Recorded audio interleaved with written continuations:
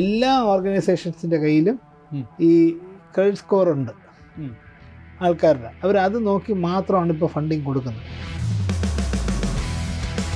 Credit സ്കോറിന് ഒരു ചെറിയൊരു പ്രശ്നം എന്ന് വെച്ചാൽ, ഒരു ബാങ്കിൻ്റെ ഒരു പേയ്മെൻറ്റ് സെറ്റിൽമെൻറ്റ് വന്നു, അടച്ചില്ല, ബാങ്കുമായിട്ട് സംസാരിച്ചിട്ട് അവർ സെറ്റിൽമെൻ്റ് എന്ന് എഴുതി കഴിഞ്ഞാൽ മതി, പിന്നെ ജീവിതകാലത്ത് ആരും ലോൺ കൊടുക്കില്ല. അങ്ങനെയൊക്കെ പ്രശ്നമുണ്ട്. ഫോണിലൊരു മെസ്സേജ് വരുന്നു, ക്ലിക്ക് ചെയ്യുന്നു, യെസ് പറയുന്നു, അപ്പോഴും പൈസ അക്കൗണ്ട് വരുന്നു. നമ്മൾ അപ്പോൾ ബാങ്കിൽ പോകുന്നില്ല, അപേക്ഷിക്കുന്നില്ല, ഒന്നും ചെയ്യുന്നില്ല, പൈസ വരെയാണ്. പേഴ്സണൽ ആവശ്യങ്ങൾക്ക് എടുക്കുന്ന ലോൺസ് അത് ഭയങ്കര ഗ്രോത്താണ് ഇന്ത്യയിൽ. ഇന്ത്യയിൽ മുമ്പ് ലോൺസ് കൊടുക്കുന്ന നല്ലൊരു ഭാഗം ഈ കമ്പനികൾക്കും ബിസിനസ് സ്ഥാപനങ്ങൾക്കും കൊടുക്കുന്ന ലോണുകളായിരുന്നു. അപ്പോൾ അതിൽ വലിയ വർധനവില്ല. പക്ഷെ വർധനവ് കൂടുതൽ വരുന്നത് ഈ പേഴ്സണൽ ലോൺസാണ്. പല ആപ്പ് കമ്പനികളും ചെയ്യുന്നത് അങ്ങനെയല്ലേ, നിങ്ങൾ അടച്ചില്ലെങ്കിൽ നിങ്ങളുടെ ഫ്രണ്ട്സിനൊക്കെ ആദ്യമാക്കി ഇയാൾ പൈസ അടച്ചിട്ടില്ല, പിന്നെ മോശപ്പെട്ട കാര്യങ്ങൾ ചെയ്യാൻ തുടങ്ങും. റെസ്ട്രിക്ഷൻസ് വന്നിട്ടുണ്ട്. എന്നിരുന്നാൽ പോലും അവർക്ക് ഡേറ്റ കയ്യിലിരിക്കുകയല്ലേ. ഒരു ഉദാഹരണത്തിന് 10,000 രൂപ വെച്ചിട്ട് മാസം മാറ്റി വയ്ക്കുകയാണെന്ന് ഇരിക്കുന്നത്. 8 വർഷം അങ്ങനെ ചെയ്തു. അപ്പോൾ 9,60,000 രൂപ അങ്ങനെ സമ്പാദിച്ചു. ഇദ്ദേഹത്തിന് 60 വയസ്സായപ്പോഴത്തേക്ക് ഈ അക്കൗണ്ടിൽ ഏകദേശം 4.42 crores ഉണ്ടായി. ഗോൾഡൻ പീരീഡ് എന്ന് പറയുന്നത് അതാണ്, 20കളാണ്. ആ സമയത്ത് ചെയ്ത് വെച്ച് കഴിഞ്ഞാൽ പിന്നെ ജീവിതം ഒഴുകി സൂഹിക്കാം, അല്ലെങ്കിൽ ജീവിതം അവസാനത്ത് സൂഹിക്കാം.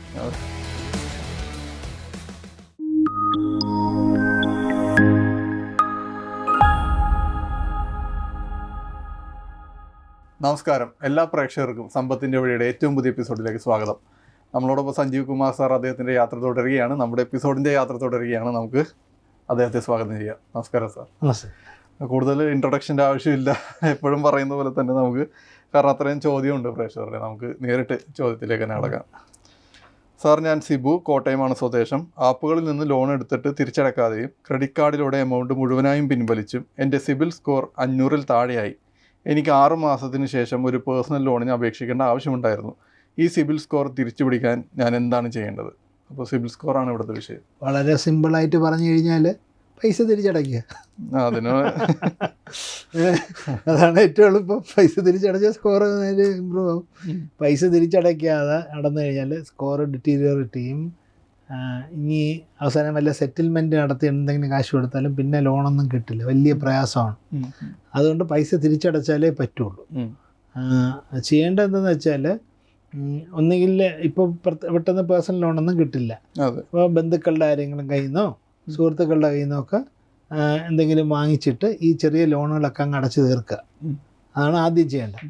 എന്നിട്ട് ആ സ്കോർ ഇമ്പ്രൂവ് ചെയ്യുമ്പോൾ ഇവർ 1 മാസം 2 മാസം വരെ ഫയലിംഗ് കഴിയുമ്പോഴത്തേക്ക് അതൊക്കെ കഴിയും. എന്നിട്ട് പുതിയ പേഴ്സണൽ ലോൺ എടുത്തിട്ട് അവർക്ക് ബന്ധുക്കൾക്കോ സ്വന്തം ഫ്രണ്ട്സിനൊക്കെ ആ പൈസ തിരിച്ചു കൊടുക്കുക. അങ്ങനെ ഒരു മാർഗമുണ്ട്. അല്ല എന്തെങ്കിലും ഗോൾഡോ പിന്നെ എന്തെങ്കിലും പണയം വയ്ക്കാൻ എന്തെങ്കിലും ഉണ്ടെങ്കിൽ അത് പണയം വെച്ചിട്ട് പൈസ എടുത്തിട്ട് ഇത് വീട്ടുക, ഇതെല്ലാം വീട്ടുക. ഓക്കെ, അങ്ങനെയാണ് ചെയ്യേണ്ടത്. അല്ലാതെ ഈ സിവിൽ സ്കോർ എങ്ങനെയെങ്കിലും കൂട്ടിയിട്ട് അടുത്തൊരു പേഴ്സണൽ ലോൺ എടുത്ത് അതും അടയ്ക്കാതിരിക്കാം എന്നുള്ള ധാരണയാണെങ്കിൽ ഇത് എന്നാലും ഒരു ദിവസം കാര്യം നമ്മൾ കളിക്കളത്തിന് പുറത്തായി പോകും, പിന്നെ കളിക്കാൻ പറ്റാതെ ആയിപ്പോവും. അപ്പോൾ അതിനുള്ള ഇടവരുത്താതെ നോക്കുക. കാര്യം എല്ലാ ഓർഗനൈസേഷൻസിൻ്റെ കയ്യിലും ഈ ക്രെഡിറ്റ് സ്കോർ ഉണ്ട് ആൾക്കാരുടെ. അവരത് നോക്കി മാത്രമാണ് ഇപ്പോൾ ഫണ്ടിങ് കൊടുക്കുന്നത്. ക്രെഡിറ്റ് സ്കോറിന് ഒരു ചെറിയൊരു പ്രശ്നം എന്ന് വെച്ചാൽ, ഒരു ബാങ്കിൻ്റെ ഒരു പേയ്മെൻറ്റ് സെറ്റിൽമെൻറ്റ് വന്നു, അടച്ചില്ല, ബാങ്കുമായിട്ട് സംസാരിച്ചിട്ട് അവർ സെറ്റിൽമെൻ്റ് എന്ന് എഴുതി കഴിഞ്ഞാൽ മതി, പിന്നെ ജീവിതകാലത്ത് ആരും ലോൺ കൊടുക്കില്ല. അങ്ങനെയൊക്കെ പ്രശ്നമുണ്ട്. അപ്പോൾ എപ്പോൾ മുതലാണ് ശരിക്കും ഈ സിബിൽ സ്കോറും ക്രെഡിറ്റ് സ്കോറിൻ്റെ ഒക്കെ അവർ ഇത് തുടങ്ങിയത്? കുറച്ച് വർഷങ്ങളായി, 10-15 വർഷത്തിൽ കൂടുതലായി. പക്ഷേ ഇപ്പോൾ അതുകൊണ്ടാണ് ലോൺ ഫ്രീ ആയിട്ട് കൊടുക്കുന്നത്. പണ്ടൊരു ലോൺ കിട്ടാൻ ഭയങ്കര പ്രയാസമാണ്. ഈ ബാങ്ക് മാനേജറുടെ പിറകെ നടക്കണം. കാര്യം എന്ന് വെച്ചാൽ അവരെല്ലാം നോക്കി, അവർക്കിനും ഉറപ്പില്ല ഇയാൾ തിരിച്ചടയ്ക്കോ ഇല്ലയോ, എന്താണ് ഇയാളുടെ ആസ്തി എത്രയാണ്. അപ്പോൾ നമ്മുടെ എല്ലാം 50 രൂപ സെക്യൂരിറ്റി കൊടുത്തു കഴിഞ്ഞാൽ 10 രൂപയായിരിക്കും ലോൺ തരുന്നത്. അങ്ങനെയൊക്കെ ആയിരുന്നു. ഇപ്പോൾ അത് മാറി. ഇപ്പോൾ അയാളുടെ സിവിൽ സ്കോർ അല്ലെങ്കിൽ ഈ ക്രെഡിറ്റ് സ്കോർ കാണുമ്പോഴത്തേക്കും അറിയാം ഇയാളുടെ സ്വഭാവം എന്താണ്, അയാൾ ഇത്രയും നാൾ അയാൾ എത്ര കൂടുതൽ ലോൺ മുമ്പ് എടുത്ത് തിരിച്ചടച്ചിട്ടുണ്ടോ അത്രയും മേൽ അയാളുടെ വിശ്വാസ്യത കൂടും. ഇനി എത്ര ലോൺ കൂടുതൽ എടുത്തോ അത്രയും അയാൾ അടയ്ക്കുന്നു, കൃത്യമായിട്ട് പോകുന്ന ആളാണ്, ഡിസിപ്ലിൻഡ് ആണ്, അവർ കൊടുക്കും. ഇപ്പോൾ പലപ്പോഴും നമുക്ക് ഫോണുകളിലൊക്കെ മൊബൈലിൽ ഇങ്ങനെ കോളുകൾ വരും, ഏതാണ് ലോൺ തരാം, നിങ്ങൾക്ക് 5 ലക്ഷം അനുവദിച്ചിരിക്കുന്നു. ഇതൊക്കെ അവർ സിവിൽ സ്കോറൊക്കെ എടുത്ത് നോക്കിയിട്ടാണ് പലരും, അവർക്ക് ഏതെങ്കിലും നമ്മുടെ ഡീറ്റെയിൽസ് കിട്ടും, അത് വെച്ചിട്ട് അവരെടുക്കും. അപ്പോൾ ഇയാൾ എലിജിബിൾ ആണെന്ന് വെച്ചിട്ടാണ് അയക്കുന്നത്. അല്ലെങ്കിൽ ചിലവരിങ്ങനെ അയച്ചിട്ട് പറയും ഇനി നിങ്ങൾ നമ്മളെ ഡേറ്റ കിട്ടുമ്പോൾ ഒരു സിവിൽ സ്കോർ നോക്കിയിട്ട് നിങ്ങൾക്ക് എലിജിബിൾ ആണോ എന്ന് പറയും. ഇതാണ് ചെയ്യുന്നത്. അപ്പോൾ ഈ സിബിൽ എന്ന് പറഞ്ഞ ഒരു കമ്പനിയാണോ അത്? സിബിലെ credit union, okay, trans union finance ഇന്ത്യയിലെ ക്രിസിലും ചേർന്നിട്ട് തുടങ്ങിയതാണ് സിബിൽ എന്നാണ്. അങ്ങനെ 4-5 കമ്പനികളുണ്ട്. RBIയുടെ അനുവാദമുള്ള 4-5 ക്രെഡിറ്റ് റേറ്റിംഗ് കമ്പനീസ് ഉണ്ട്. അപ്പോൾ അവരെല്ലാം ഇങ്ങനത്തെ ഇപ്പോൾ പണ്ട് ഒരു സിബിലിൻ്റെ മാത്രം റിപ്പോർട്ടുള്ള ബാങ്കുകൾ നോക്കിക്കൊണ്ടിരുന്നത്. ഇപ്പോൾ RBIയുടെ റൂൾ എന്താണെന്ന് വെച്ചാൽ ഒരു 2 കമ്പനിയെങ്കിലും അവർ പരിശോധിക്കണം. ഒന്നിലും ഒരു തെറ്റ് വരാം വേണമെങ്കിൽ, അങ്ങനെ 2 കമ്പനിയുടെ സ്കോറെങ്കിലും പരിശോധിക്കണം എന്നുള്ള ഇതുണ്ട്. സ്കോർ ഇമ്പ്രൂവ് ചെയ്യാൻ ഒരുപാട് മാർഗ്ഗങ്ങളുണ്ട്. എന്ന് വെച്ചാൽ നമ്മളിപ്പോൾ ഒരു എക്സാമ്പിൾ പറഞ്ഞുതരാം. നമ്മുടെ കയ്യിൽ ക്രെഡിറ്റ് കാർഡുണ്ട്, അത് ഫുൾ യൂട്ടിലൈസ് ചെയ്തു, 0 ബാലൻസ് ആയി, 1 ലക്ഷം യൂസ് ചെയ്ത് കഴിഞ്ഞു, അങ്ങനെ നിൽക്കുകയാണ്. അപ്പോൾ നമ്മളെ പോയിന്റ് കുറയും, അത് കണ്ടിന്യൂസ് ആയിട്ട് ഇരുന്നാൽ പോയിന്റ് കുറയും. പക്ഷെ നമ്മളവിടെ എൻഹാൻസ് ചെയ്യിപ്പിക്കുക, ക്രെഡിറ്റ് എൻഹാൻസ് ചെയ്യിപ്പിച്ചിട്ട് 1 ലക്ഷത്തിൻ്റെ ലിമിറ്റ് 2 ലക്ഷം ലിമിറ്റ് ആക്കി എന്നിരിക്കട്ടെ, എന്നിട്ട് നമ്മൾ 1 ലക്ഷത്തിൽ നിൽക്കുകയാണ് എങ്കിൽ പിന്നെ പോയിന്റ് കൂടും. എന്നുവെച്ചാൽ നമുക്ക് ലിമിറ്റ് കൂടുതൽ അനുവദിച്ചിട്ട് നമ്മൾ അത്രയും എടുക്കുന്നില്ല. അതിൻ്റെ അർത്ഥം നമ്മൾ അങ്ങനെ ഒരു കടക്കണിയിലൊന്നും അല്ല, നമ്മൾ ആവശ്യത്തിന് ഉപയോഗിച്ചു വന്ന് അങ്ങനെ ഉള്ളൂ. അതാണ് ഒരു ഇതാണ്. അപ്പോൾ പലപ്പോഴും ഈ ക്രെഡിറ്റ് സ്കോർ കൂട്ടാൻ ആൾക്കാർ ഉപദേശിക്കുന്ന കാര്യങ്ങളൊന്നും ഇതാണ്. നിങ്ങൾ വേറൊരു ഇദ്ദേഹം ഉദ്ദേശിക്കുന്ന എങ്ങനെയാണ്, പേഴ്സണൽ ലോൺ എടുത്തു കഴിഞ്ഞിട്ട് അതിൽ കുറച്ച് ഉപയോഗിച്ചാൽ മതിയല്ലോ, അപ്പോൾ എല്ലാം ഇമ്പ്രൂവ് ചെയ്യില്ല, അങ്ങനെയാണ്. പക്ഷേ ഇപ്പോഴത്തെ സ്ഥിതിയിൽ അത് ഇമ്പ്രൂവ്മെൻ്റ് ഉണ്ടാവില്ല. എന്തുകൊണ്ടെന്ന് വെച്ചാൽ ഇത് അടയ്ക്കണം, ഇത് മുടക്കം വന്ന് കിടക്കുന്നതാണ്. അപ്പോൾ അത് അടച്ചില്ലെങ്കിൽ പിന്നെയും ഓരോ മാസം കഴിയുന്നത് മോശപ്പെട്ട രീതിയിലോട്ടേ പോവുള്ളൂ. അല്ല, പിന്നെ ഇപ്പോൾ കാണുന്ന വെച്ചാൽ നമ്മൾ ഈ ഹോം അപ്ലയൻസസ് ഒക്കെ വാങ്ങിയിട്ട് അതിൻ്റെ ലോണും ഈ സ്കോറുമായിട്ട് ബന്ധപ്പെട്ടുണ്ട്. അപ്പോൾ അങ്ങനെയും ചെയ്യാമല്ലോ, സാധനങ്ങൾ വാങ്ങി കൃത്യമായിട്ട് അടച്ചു കഴിഞ്ഞാൽ. കാരണം ഇന്നൊരു ബാങ്കിൽ നിന്ന് വിളിച്ചിട്ട് 2,30,000 ലോൺ തരാമെന്ന് പറഞ്ഞു. ഞാൻ ബാങ്കിൻ്റെ പേര് പറയുന്നില്ല, പക്ഷേ നമ്മൾ കാൽക്കുലേറ്റ് ചെയ്ത് നോക്കിയപ്പോൾ കണ്ടത് ഏകദേശം 20% മുകളിലാണ് അവരുടെ പലിശ വരുന്നത്. വേണ്ടാന്ന് പറഞ്ഞ് ഒഴിവാക്കി വിടുകയാണ് ചെയ്തത്. അപ്പൊ അവർക്ക് കിട്ടുന്ന ഈ ഡാറ്റാസ് എല്ലാം ഇത്തരം കമ്പനികളിൽ ബാങ്കിന് നിങ്ങളുടെ അക്കൗണ്ട് ഉണ്ടാവാം, ചിലപ്പോൾ അക്കൗണ്ടുള്ള ബാങ്കാണോ? അവരുടെ ക്രെഡിറ്റ് കാർഡ് ഞാൻ യൂസ് ചെയ്തിട്ടുണ്ടായിരുന്നു. മതി, ക്രെഡിറ്റ് കാർഡ് യൂസ് ചെയ്തിട്ടുണ്ടെങ്കിൽ അവർക്ക് ഉണ്ട് ഡേറ്റ ഉണ്ട്, അവർ സ്കോർ എടുക്കാം. നമ്മുടെ സ്കോർ നല്ലതാണ്, അപ്പോൾ അതുകൊണ്ട് നമ്മൾ ഓഫർ ചെയ്യും. അപ്പം മിക്കവാറും ബാങ്കുകളൊക്കെ ചെയ്യുന്നുണ്ട്. ഇത് ഓൺ ടാപ്പ് എന്നാണ് പറഞ്ഞത്. കാര്യം എന്ന് വെച്ചാൽ നമ്മൾ ഫോണിലൊരു മെസ്സേജ് വരുന്നു, ക്ലിക്ക് ചെയ്യുന്നു, യെസ് പറയുന്നു, അപ്പോഴും പൈസ അക്കൗണ്ട് വരുന്നു. നമ്മൾ ബാങ്കിൽ പോകുന്നില്ല, അപേക്ഷിക്കുന്നില്ല, ഒന്നും ചെയ്യുന്നില്ല, പൈസ വരെയാണ്. അപ്പോൾ അത്രയും വിശ്വാസത്തോടെ അവർ തരുന്ന അവർ ഇതിൻ്റെയൊക്കെ പുറത്താണ്. ഇങ്ങനെയുള്ള കാര്യം നമുക്ക് രക്ഷപ്പെടാൻ പറ്റില്ലെന്നറിയാം. നമ്മൾ ഇതിപ്പോൾ തിരിച്ചടച്ചില്ലെങ്കിൽ വേറെ എല്ലായിടത്തു നിന്നും ലോൺ കിട്ടില്ലെന്നറിയാം, ലോക്കാവും. അതുകൊണ്ട് ആരും അതിന് സിവിൽ സ്കോർ കുറയുന്നുള്ള പേടിച്ചിട്ട് ഒരുവിധപ്പെട്ട ജനങ്ങളൊന്നും എങ്ങനെയെങ്കിലും കൊണ്ട് അടയ്ക്കാൻ നോക്കും. അതാണ് ചെയ്യുന്നത്, അതാണ് അവർക്ക് വേണ്ടത്. ലോൺ കൊടുക്കേണ്ടത് അവരുടെ ആവശ്യം കൂടിയാണെന്ന്. ഇപ്പോൾ ഇത് റീറ്റെയിൽ ലോൺസ് എന്ന് വെച്ചാൽ പേഴ്സണൽ ആവശ്യങ്ങൾക്ക് എടുക്കുന്ന ലോൺസ്, അത് ഭയങ്കര ഗ്രോത്താണ് ഇന്ത്യയിൽ. ഇന്ത്യയിൽ മുമ്പ് ലോൺസ് കൊടുക്കുന്ന നല്ലൊരു ഭാഗം ഈ കമ്പനിയൊക്കെ ബിസിനസ് സ്ഥാപനങ്ങൾക്ക് കൊടുക്കുന്ന ലോണുകളായിരുന്നു. അപ്പോൾ അതിൽ വലിയ വർധനവില്ല. പക്ഷെ വർധനവ് കൂടുതൽ വരുന്നത് ഈ പേഴ്സണൽ ലോൺസാണ്. ഇപ്പോൾ കാർ വാങ്ങുന്നു, മൊബൈൽ ഫോൺ വാങ്ങുന്നു, ഈ വീട്ടു സാധനങ്ങൾ വാങ്ങുന്നു, എല്ലാത്തിനും ലോൺ പോകുകയല്ലേ. പണ്ട് ഇങ്ങനെ ഇല്ലല്ലോ. പണ്ട് വീട്ടിലെ സാധനമെല്ലാം വാങ്ങുന്നെങ്കിൽ ഒരു അങ്ങനെയൊക്കെ ചെയ്തിട്ടില്ല. അപ്പോൾ ഇത്രയും ഇത് സെയിൽസും കുറവായിരുന്നു. ഇപ്പോൾ എത്ര കാറുകളാണ് ഒരു ദിവസം റോഡിൽ ഇറങ്ങുന്നത് പുതിയതായിട്ട്. ആ ട്രെൻഡിന് അത് അത്രയും ഫ്രീ ആയിട്ടും ലോ റേറ്റിലും ഇത് വരെയാണ്, ഇത് ലോൺ വരെയാണ്. മണി ഫ്ലോ ഉള്ളതുകൊണ്ടാണ് നടക്കുന്നത്. അതുകൊണ്ടാണ് എക്കോണമി ഗ്രോ ചെയ്യുന്നത്. അപ്പോൾ ഇത് എവിടെ പൊട്ടുമെന്ന് വെച്ചാൽ ഇന്ത്യക്കാർക്ക് ഒരു ഇതുണ്ട്, എന്താ, സമൂഹത്തിൽ എൻ്റെ പേര് അല്ല എന്നെക്കുറിച്ച് ആൾക്കാർ എങ്ങനെ കാണും, അല്ലെങ്കിൽ ബന്ധുക്കൾ എങ്ങനെ കാണും, ഇങ്ങനെയൊക്കെ ഒരു വിചാരമുണ്ട്. US അതില്ല. അപ്പോൾ US എന്ത് പറ്റിയെന്ന് വെച്ചാൽ അവർക്ക് ഇങ്ങനെ ഒരു വീട് പണയം വെച്ചിട്ട് അല്ലെങ്കിൽ വീടിൻ്റെ പുറത്ത് ലോൺ എടുക്കും. എന്നിട്ട് കുറേ നാൾ കഴിയുമ്പോൾ വീടിൻ്റെ വില കൂടും. അപ്പോൾ ആ കൂടിയ വിലയ്ക്കുള്ള അഡീഷണൽ ലോണ് വീണ്ടും എടുക്കും. അങ്ങനെ എടുത്തെടുത്ത് പോയിട്ടാണ് അവസാനം വീടുകളുടെ വില കുറയാൻ തുടങ്ങിയപ്പോഴത്തേക്കും ഈ എല്ലാവരും ലോൺ അടയ്ക്കുന്നത് നിർത്തി. അതാണ് 2010 സബ്പ്രൈം ക്രൈസ് ഉണ്ടായത്. അപ്പോൾ അവിടെ ഉള്ളവർക്ക് വേണ്ട, ഞാൻ അടയ്ക്കുന്നില്ല, നിങ്ങൾ വീടെടുത്തോണ്ട് പോകുന്നത് പറയാനുള്ള ഇതുണ്ട്. ഇവിടെ ആരും അങ്ങനെ പറയില്ല. അപ്പോൾ ആ ഒരു നമ്മുടെ ഒരു കൾച്ചറിൻ്റെ ഭാഗമായിട്ട് സ്റ്റാറ്റസ് മാത്രമല്ല നാണക്കേടാണെന്നുള്ള തോന്നലുള്ളതുകൊണ്ട് എങ്ങനെയെങ്കിലും ആൾക്കാർ ചെയ്യുമെന്ന് അറിയാം. അതുകൊണ്ടാണ് ഈ ലോൺ കൊടുക്കുന്നവർക്കും ഇത്ര ധൈര്യം. അല്ല നാളെ ഇവർ ഇട്ടിട്ട് പോകുന്നുണ്ടായിരുന്നെങ്കിൽ അവർ ചെയ്യില്ല.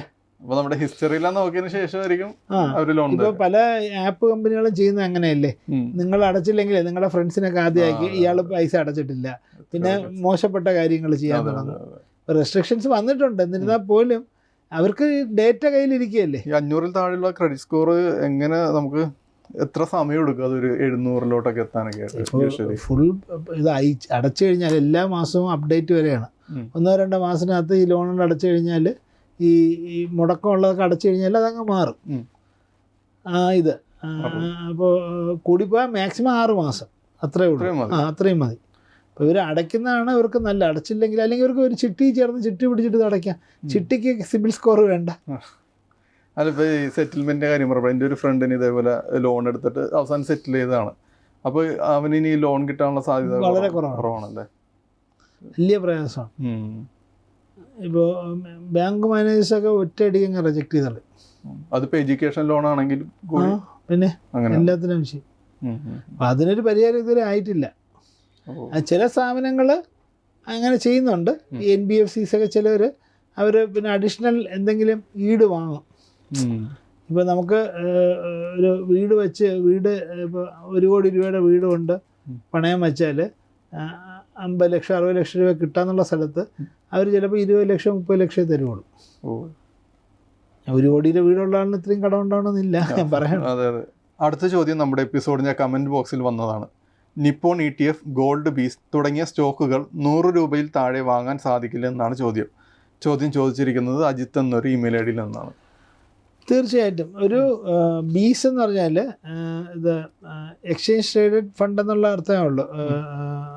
അപ്പോൾ അവിടെ ചെയ്യാന്നുള്ള അതിൻ്റെ ഒരു ഗോൾഡ് 1 ഗ്രാമിൻ്റെ 100-1 ആണ് ഒരു യൂണിറ്റ് എന്ന് പറയുന്നത്. 0.01% ഓഫ് ഇത്. അപ്പോൾ 1 ഗ്രാമിന് 5400 വിലയുണ്ടെങ്കിൽ 54 രൂപ ഒരു യൂണിറ്റ്. അപ്പോൾ നമ്മൾ സ്റ്റോക്ക് വാങ്ങുമ്പോൾ തന്നെ എക്സ്ചേഞ്ച് വഴി ഇത് 1 യൂണിറ്റ് ഗോൾഡ് ബീസ് വാങ്ങിക്കാൻ പറ്റും. അപ്പോൾ ഗോൾഡിന് അത്രയും ചെറിയ തുക പോലും ഗോൾഡിൽ ഇൻവെസ്റ്റ് ചെയ്യാൻ പറ്റും എന്നുള്ളതാണ് ഇതിൻ്റെ ഒരു ഗുണം. അടുത്ത സാർ, മുന്നത്തെ എപ്പിസോഡിൽ പറഞ്ഞ ഒരു ഉത്തരവുമായി ബന്ധപ്പെട്ടാണ്. അശ്വന്താണ് ചോദ്യം ചോദിച്ചിരിക്കുന്നത്. മുൻപത്തെ ഒരു എപ്പിസോഡിൽ ജോലി കിട്ടി ആദ്യത്തെ 10 വർഷം സമ്പാദിച്ചാൽ കിട്ടുന്ന തുക പിന്നീടുള്ള 15 വർഷം സമ്പാദിച്ചാൽ കിട്ടില്ല എന്ന് പറഞ്ഞുവല്ലോ, ഇതൊന്ന് വിശദീകരിക്കാമോ? തീർച്ചയായും. അത് വളരെ അത്ഭുതം തോന്നുന്ന ഒരു കാര്യമാണ്. കണക്കിലെ കളിയാണെന്നും പറയാം. ഒരാൾ ഇപ്പോൾ 2 കൂട്ടുകാരുണ്ടായിരുന്നു. നമുക്കൊരു ഒരു കഥ പോലെ പറയാം. ഒരാളുടെ പേര് ശിവനും ഒരാളുടെ പേര് സുകുമാരനും എന്നിരിക്കട്ടെ. രണ്ടുപേരും ഒരു 22 വയസ്സായപ്പോഴത്തേക്കും ജോലിക്ക് കയറി. ഓക്കെ. ഈ ശിവൻ എന്ന് പറഞ്ഞ ആളാണെങ്കിൽ ഒരു എമൗണ്ട് വീതം ജോലിക്ക് കയറിയിട്ട് സമ്പാദിക്കാൻ തുടങ്ങി. ഒരു ഉദാഹരണത്തിന് 10,000 രൂപ വെച്ചിട്ട് മാസം മാറ്റി വയ്ക്കുകയാണെന്ന് ഇരിക്കട്ടെ. അപ്പോൾ ഒരു വർഷം 1,20,000 രൂപ മാറ്റി വെച്ചു. അത് ഏകദേശം 8 വർഷം അങ്ങനെ ചെയ്തു. അപ്പോൾ 9,60,000 രൂപ അങ്ങനെ സമ്പാദിച്ചു. അത് കഴിഞ്ഞ് കല്യാണം കഴിച്ചു. ഈ അക്കൗണ്ട് അങ്ങനെ തന്നെ ഇട്ടു. ഇതൊന്നും ചെയ്തില്ല. പിന്നെ അതിലൊന്നും ഇട്ടില്ല. അദ്ദേഹത്തിന് 60 വയസ്സായപ്പോഴത്തേക്കും ഈ അക്കൗണ്ടിൽ ഏകദേശം 4.42 crores ഉണ്ടായി. ആവറേജ് ഗ്രോത്ത് റേറ്റ് അല്ലെങ്കിൽ റിട്ടേൺ 12%. 9,60,000 രൂപ മൊത്തം ഇട്ടിട്ടുള്ളൂ. പക്ഷേ 4.4. സുകുമാരൻ എല്ലാം അടിച്ചു പൊളിച്ച് നടന്നു. സാധാരണ ഏതൊരു ചെറുപ്പക്കാരെയും പോയി കല്യാണം കഴിച്ചപ്പോഴത്തേക്കിനും ആലോചിച്ച് ഇനി നമുക്ക് എന്തെങ്കിലും സമ്പാദിക്കാം. അപ്പോൾ കക്ഷി ഈ 8 വർഷം കഴിഞ്ഞാൽ കല്യാണം കഴിച്ചു. അതുതൊട്ട് 10,000 രൂപ മാസം ഇടാൻ തുടങ്ങി. 30 വർഷം ഇട്ടു. ഓക്കെ. അപ്പോൾ എത്രയായി? 36 ലക്ഷം രൂപ ഇട്ടു. അപ്പോൾ അദ്ദേഹത്തിന് എല്ലാം കൂടി കിട്ടി. ഇതേ ഇൻവെസ്റ്റ്മെൻറ്റ് ഇതേ റിട്ടേൺ 2.8 crores കിട്ടുള്ളൂ. 2.89 crores. അപ്പോൾ 4.42 ആദ്യത്തെ 8 വർഷം ഒരാൾ ഇട്ടിട്ട് മറന്നിരുന്നു. എന്നിട്ട് റിട്ടയർമെൻ്റ് ആയപ്പോൾ അയാൾക്ക് എത്ര കിട്ടി? അതിൻ്റെ ഏകദേശം പകുതിയൊക്കെ മറ്റേ പിന്നെയുള്ള 30 വർഷം അടച്ചിട്ട് കിട്ടുന്നത്. ഇതാണ് പവർ ഓഫ് കോമ്പൗണ്ടിങ് എന്ന് പറയും. എന്ന് വെച്ചാൽ ഈ ഇരട്ടി റിട്ടേണിന് ഇപ്പോൾ പലിശ കിട്ടി പോകുന്ന ഒരു ഇതില്ലേ, എക്സ്പോണൻഷ്യലി ഗ്രോത്ത് എന്ന് പറയുന്നത് ഇതാണ്. അപ്പോൾ എത്ര നേരത്തെ നമ്മൾ ഇൻവെസ്റ്റ് ചെയ്തിട്ട് ചെയ്താൽ അത്രയും കൂടുതൽ റിട്ടേൺസ് ഉണ്ടാവും. അപ്പോൾ നേരത്തെ ഇടുകയാണ്. അപ്പോൾ നേരത്തെ ഇവിടെ നമ്മൾ പറഞ്ഞ പോലെ ഒരു എപ്പിസോഡ് പറയാം, ഗോൾഡൻ പീരീഡ് എന്ന് പറയുന്നത് അതാണ്. 20കളാണ്. 20കളാണ്. ആ സമയത്ത് ചെയ്ത് വെച്ച് കഴിഞ്ഞാൽ പിന്നെ ജീവിതം ഒഴികെ സൂഹിക്കാം, അല്ലെങ്കിൽ ജീവിതം അവസാനത്ത് സൂഹിക്കാം. അതെ. അതിൻ്റെ ഇടയിൽ നമുക്ക് എന്തൊക്കെ പരാജയങ്ങൾ ഉണ്ടായാലും അവസാനം ആകുമ്പോഴത്തേക്കും ഈ ഒരു എമൗണ്ടെങ്കിലും അവിടെ കാണും നമ്മുടെ കൂടെ നിൽക്കാൻ. സുഖമായിട്ട് റിട്ടയർ ചെയ്യാം. സുഖമായിട്ട് റിട്ടയർ ചെയ്യാം. ഈ ഒരു കണക്ക് ഒന്ന് എല്ലാവരും ഓർമ്മിക്കുന്നത് നല്ലതായിരിക്കും. സമ്പത്തിൻ്റെ വഴിയുടെ ഈ എപ്പിസോഡ് ഇവിടെ അവസാനിച്ചിരിക്കുകയാണ്. നിങ്ങളുടെ സാമ്പത്തികപരമായിട്ടുള്ള സംശയങ്ങൾ ഞങ്ങളുടെ കമൻറ്റ് ബോക്സിൽ കൊടുത്തിരിക്കുന്ന ലിങ്കിലൂടെയും താഴെ കാണുന്ന നമ്പറിലും അറിയിക്കാവുന്നതാണ്. അപ്പോൾ സമ്പത്തിൻ്റെ വഴിയുടെ ഏറ്റവും പുതിയ എപ്പിസോഡുമായി വീണ്ടും കാണാം. നന്ദി.